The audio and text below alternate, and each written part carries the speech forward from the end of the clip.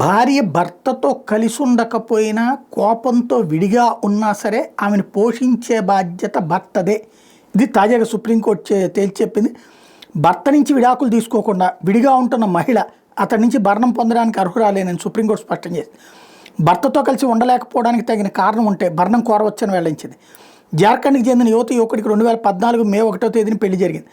2015 ఆగస్టులో వాళ్ళు విడిపోయారు. అధికారికంగా విడాకులు తీసుకోలేదు. చివరికి వ్యవహారం ఫ్యామిలీ కోర్టుకు చేరింది. వాళ్ళిద్దరూ కలిసి ఉండొచ్చని, వివాహ సంబంధం ఎప్పట్లాగే కొనసాగించవచ్చని సూచిస్తూ ఫ్యామిలీ కోర్టు 2022 మార్చి 23 డిగ్రీ జారీ చేసింది.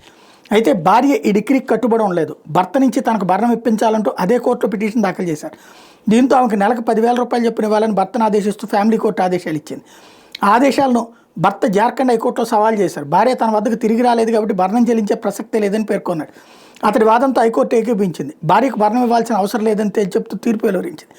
ఈ తీర్పును సవాల్ చేస్తూ భార్య సుప్రీంకోర్టులో పిటిషన్ దాఖలు చేసింది. ఈ పిటిషన్ మీద ప్రధాన న్యాయమూర్తి జస్టిస్ సంజీవ్ ఖన్నా, న్యాయమూర్తి జస్టిస్ సంజయ్ కుమార్తో కూడిన ధర్మాసనం ఇటీవల విచారణ చేపట్టింది.